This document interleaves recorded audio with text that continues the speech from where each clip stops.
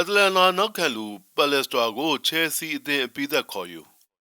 ချဲစီအသင်းဟာအတလန်နာနောက်ခံလူမာကိုပလက်စတာကို9နှစ်စာချုပ်နဲ့အပိသက်ခေါ်ယူလိုက်ပြီးဖြစ်ကြောင်းတရားဝင်ကြေညာခဲ့ပြီး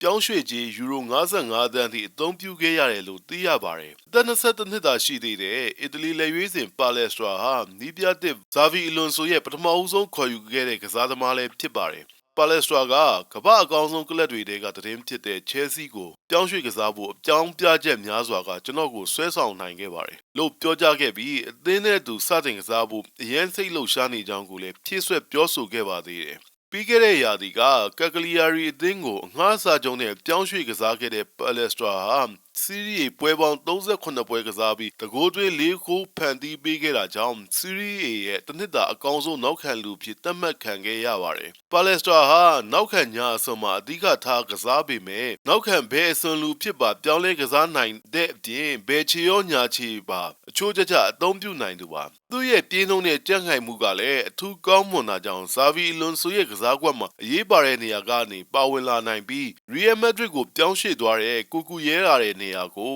ပါလက်စတာနဲ့အစားထိုးတာလည်းဖြစ်နိုင်ပါတယ်။ကက်ကရီယာရီရဲ့နီးပြဖေဗီယိုပီဆာကာနီကလည်းသူ့ကို PlayStation Game ထဲမှာဖန်တီးထားတဲ့ကစားသမားတစ်ယောက်လိုပါပဲ။သူ့ရဲ့မြန်နှုန်းက69%လောက်ရှိပါတယ်လို့ချီးကျူးခဲ့ပါသေးတယ်။ပါလက်စတာတယောက်ချဲစီးအသင်းမှာဘယ်လောက်ထိတောက်ပနိုင်မလဲဆိုတာတော့စောင့်ကြည့်ရအောင်ပါ